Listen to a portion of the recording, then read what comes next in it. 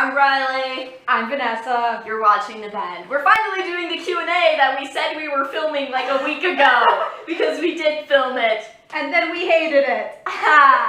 So, alright, let's get this done for the third time. Yeah. So, number one, what was your reaction to contortion or extreme flexibility? I thought it was really cool. It's like when I saw it, I wanted to be able to do it because I just thought it would be a cool thing to be able to show off to everybody. My reaction, I don't really remember because it's kind of something I've always been exposed to. I mean, I haven't been able to do it forever. I haven't been able to do it for very long at all, but I kind of just grew up knowing it. I don't even remember what my first exposure to it was. What pose do you find most relaxing? I'm told every time that I'm in the knot that I look extremely relaxed, and I suppose I do feel pretty relaxed. It's a stretching kind of relaxed, though. That'll make sense to people who stretch. Yeah. It's like mine is probably pigeon pose. It's one of the harder poses that I can do, but when I'm in it, it's not that hard to stay in, and it's just kind of nice to be in. What pose would you like to be able to do? The knot. I would be able to do the knot. Not like my version of the knot where my hands all, but your version of the knot where I'm actually doing it. Yes, I would like to be able to do the pigeon pose. I am so bad at back bending. Is there a front bend that you'd want to do? I'd like to be able to do a standing front bend without my hands on the floor. To be able to just stand and end up with my back parallel to the floor. I want to be able to do a back fold where it's just I just stand up and then I just fold my back. What shoe size are you? Why is that a question? I mean, I can think of a couple of reasons why that would be a question, but I'm not going to put them out there. Her feet are ever so slightly bigger than mine, and I wear a women's size 6. Which means I am slightly bigger than a woman's size 6. Probably a 6 wide, actually. Because I believe that's the difference, is you have just slightly wider feet than me. Okay. Are you naturally flexible? For my back, yes, I've always been a lot better with doing things with my back. It's never been very hard. Legs, no. And yeah, I'm kind of naturally flexible. I mean, I've always been able to get my feet behind my head, not necessarily both at the same time, and I've always been able to do the lotus. I learned it in a very different way, though. Yeah. Because, this is how people tell you how to do it, and then you can do it without your hands. I did not know what it was called, and my aunt taught it to me, and she taught me to do it like this. You take one foot on top, and then you pull the other one through. And then you were so excited when you figured out there was a different way to do that. Yeah, I thought I was so smart when I figured out the easier, more standard way to do it. I felt so smart, and I wasn't smart at all. Okay, do you want to be able to do the other? I think we already answered that. Yeah, we want to be able to do what the other one does, very much. So what motivated you to start contortion? You. A variety of things, namely an actual contortionist from DeviantArt, an artist on DeviantArt that draws contortionists and waspies. If you don't know that term, probably don't look it up. Interests/hobbies. Interests or hobbies? Well, obviously, the bending is a hobby because we don't get anything out of it. Yeah. But I have a lot of hobbies. I draw, I write, I sing, I dance. I also collect Beanie Babies. I do a lot. Anything? Oh, Anything to contribute? I organize my Pokemon cards and my Pokemon plushies. Yeah, I play video games. And Sometimes. my Pokemon Pokédex, and my Pokemon Pokédexes that I have, and Pokemon. Pokemon! We both like Pokemon. And Five Nights at Freddy's. Yeah! Alright, lifelong goals. My lifelong goal is this October I'm gonna be going to Globe to become vet tech, and then after that hopefully I'll be able to go back to school to become a vet, or who knows, maybe this will just become everything. Mine is much more vague than that. It's just, I think it would be cool to be able to actually make money off of this YouTube channel in the future, or to make money off of my DeviantArt. I'd like to publish a book, theoretically, if I could finish one, if I could finish a chapter. If you could finish a paragraph without If I could finish a freaking creepypasta. God! What fandoms are you in? So many! I forgot that music applied.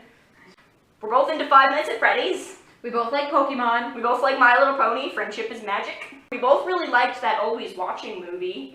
It's Marble Hornet's Slender Man movie. We both like Hollywood Undead and Shinedown. And it's like, I like Kingdom Hearts, and I'm not entirely sure if you do or not. I'm not familiar enough with it to say, but I've watched Zach play it a decent amount. And we both like Naruto. Yeah, Naruto. This is getting way too long. This is, but it's We weren't supposed to wrap. Okay, we should probably move on. Just pay attention to her pajama pants and my t-shirts and you'll know what we like. But I don't like Batman. These were my sisters. Never mind. Pay attention to her pants and you'll know what my sister likes. Your sister? Yeah, my sister, Lindsay. Oh, okay. God! It was a joke! Is it comfortable to sit in the Lotus for as long as you want? That's kind of a hard question because there's nothing that's really comfortable for me to sit in for as long as I want. It's more just kind of like I sit in it until I feel like moving, and then it's no longer comfortable. We probably noticed that I haven't been sitting in the Lotus this whole time, and it's not because it gets uncomfortable, it's because I don't notice when I've been in it too long, and then when I get back out, this knee in particular, but both of them will hurt quite a bit if I've been in it for too long, so I tend to just shift around a lot. Oh, can you do different stuff with your legs behind your head? Different stuff how, though? I mean... That's kind of all they said. I can move around a bit, but your balance is really shaky when your feet are behind your head. I mean, I can do a pretzel. I can stand up on my hands in the pretzel. Barely. I could do a really terrible version of a push-up with my foot behind my head. So, I guess. And I can get my foot behind my head. How did you discover you were flexible? We were kind of talking about actually starting to do contortion, me doing it with you and making the videos, and then you were talking about your sister Lindsay, who could do the thing that's kind of like the. Is that called camel? Yeah. Yeah. And so then it's like I'm like, ooh, I'm gonna try that. And then I could do that. Actually, she was flexible before she realized she was flexible. We realized when we were at our local park, and we were trying to do some sort of backbend thing. There's some photos of it on Facebook. Yeah. And she was like, oh, I used to do this when I was a kid with my cousin. So she's actually been flexible backwards a long time. I didn't really have any realizing I was flexible moment because I've kind of always been, at least a little bit. I mean, I haven't been able to actually front bend my whole life, but my legs have always been pretty flexible, as long as I can remember. I enjoyed psyching people out with that. Okay, how do people react when you show that? That's one of our favorite parts. There's very mixed reactions from, oh, can you do this? Can you do this? Is she your cousin? What is she? That little thing saw me practicing some front bending while we were visiting them, and she was like, oh my gosh, you're broken! And she got out her camera and she's like, I need to put this on Instagram! Oh my gosh, do it again! And so she was really excited about it, and other people your mom walks in and she goes, you're not all there when you guys are doing that! And other people will say, ew, or no. And then you have my sister when we went to my nephew's birthday party where it's like, are you stuck? Yeah, I'm sitting there laughing and having fun, and her first thing is, you're stuck. No, I'm not. I mean, it's nice that she was concerned.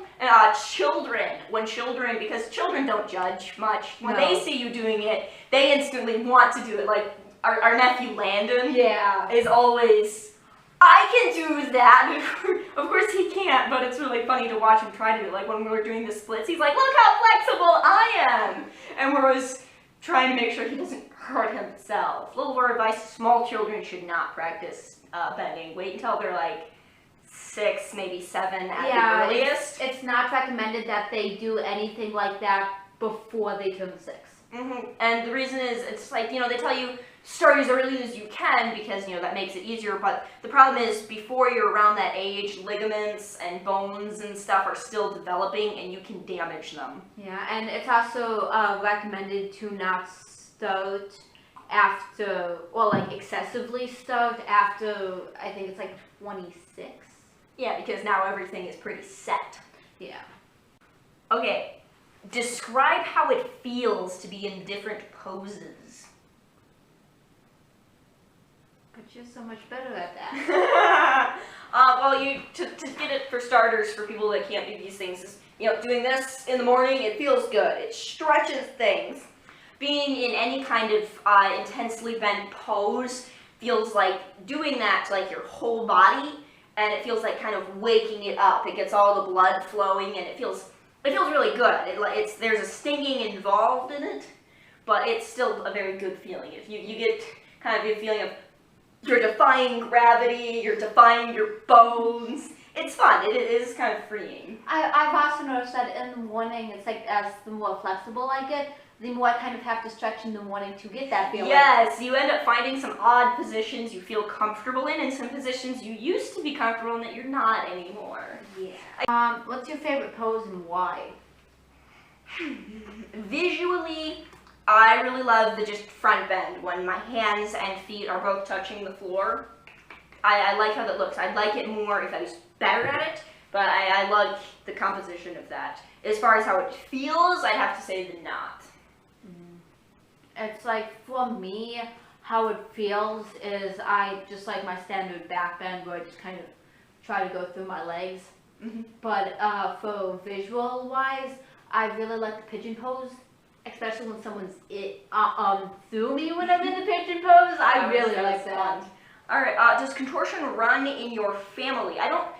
Contortion itself is not a gene. It doesn't run in anyone's family, but flexibility does. And like we discussed, yeah, both of us. I don't know if my mom was flexible or anybody in her family. Nobody on her side of the family seems to be.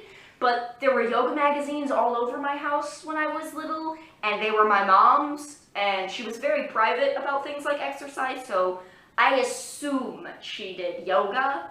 But my dad's family, yes, like I said, it was my aunt from that side of the family that was teaching me how to do some of this stuff. So I do know that they're naturally flexible, but none of them have pursued contortion.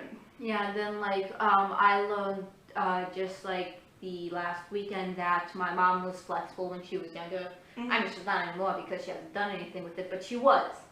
So it probably runs in the family somehow. Yeah, I do know my mom was athletic when she was younger, at the very least, but then she had 4 kids. Does it have any health benefits? Flexibility as a whole has health benefits. Contortion, not necessarily. It actually has some risks. Yeah, it's like the regular benefits of flexibility, no matter what you're doing in life, you should remain at least slightly flexible and stretch in the morning because it gets all of your blood flowing, it loosens up your muscles, and that helps them like absorb nutrients, it helps your breathing. Actually, having a flexible back improves your posture too because you just get used to it being stretched out. And also decreased risk of injury comes with being flexible. Just because, if you fall, throwing your arm out a certain way isn't going to hurt it if you're really flexible already. But when you're pursuing contortion, you actually put yourself more at risk of injury because of pushing yourself to these extremes. If you fall, you're going to pull a muscle. So contortion, there's not really any major benefits to it. Yeah. If you're careful about it, there shouldn't be any drawbacks either. But You have to be careful. I don't think really any research is being put into it either, though. What are comments people make? We kind of already went over this. Yeah, that's just, ow, that's cool, ew, no. They're more often negative, or, well, they're not necessarily negative, they're more often ick, but good for you. Yeah. Occasionally we get people that are really ecstatic about it, though. Okay, so do we have any contortion stories? Funny contortion stories. Well, lots of falling over. Any kind of front bend that involves being up on your feet can result in a very unintentional somersault. And that has happened to me sometimes. I also tried doing the plow over the side of a bed. So I had my head right on the edge of the bed, and I flipped my feet over and went straight off the bed and just rolled across the floor. Fun. I also, the first time I tried a standing front bend, managed to fall and bruise both my knees, the middle of my back, and bang my head into the floor all at once.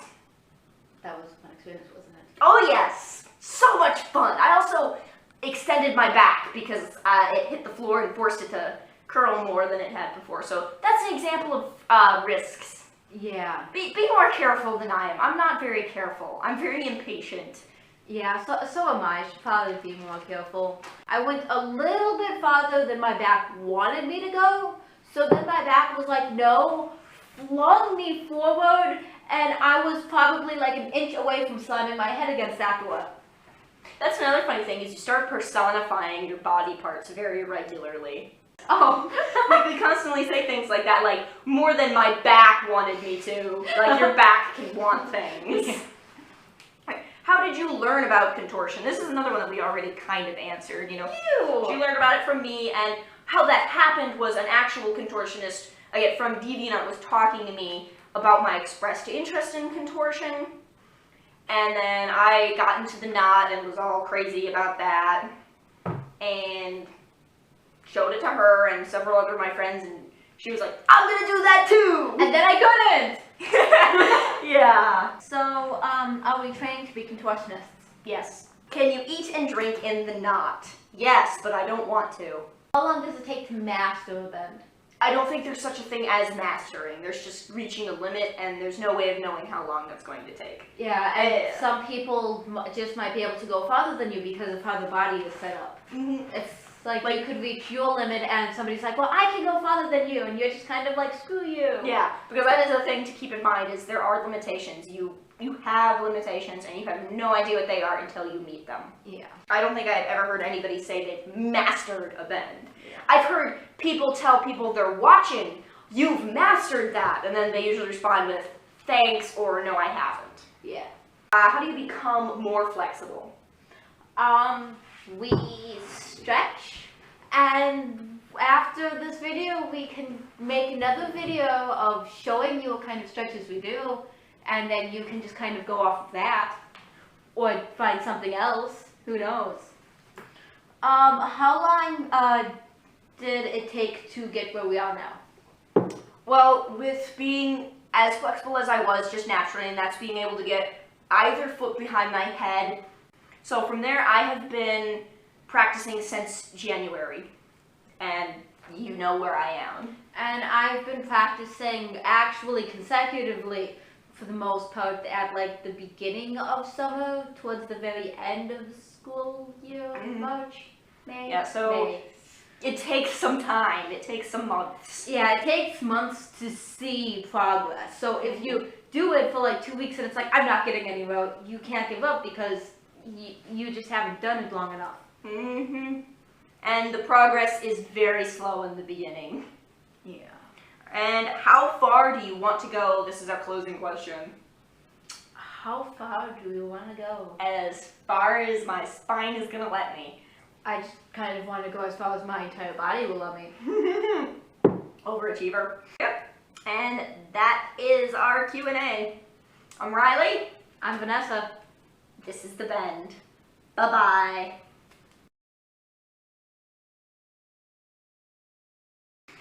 So, now that they've heard you talk for a long period of time, do you think they're gonna ask? Don't tempt them.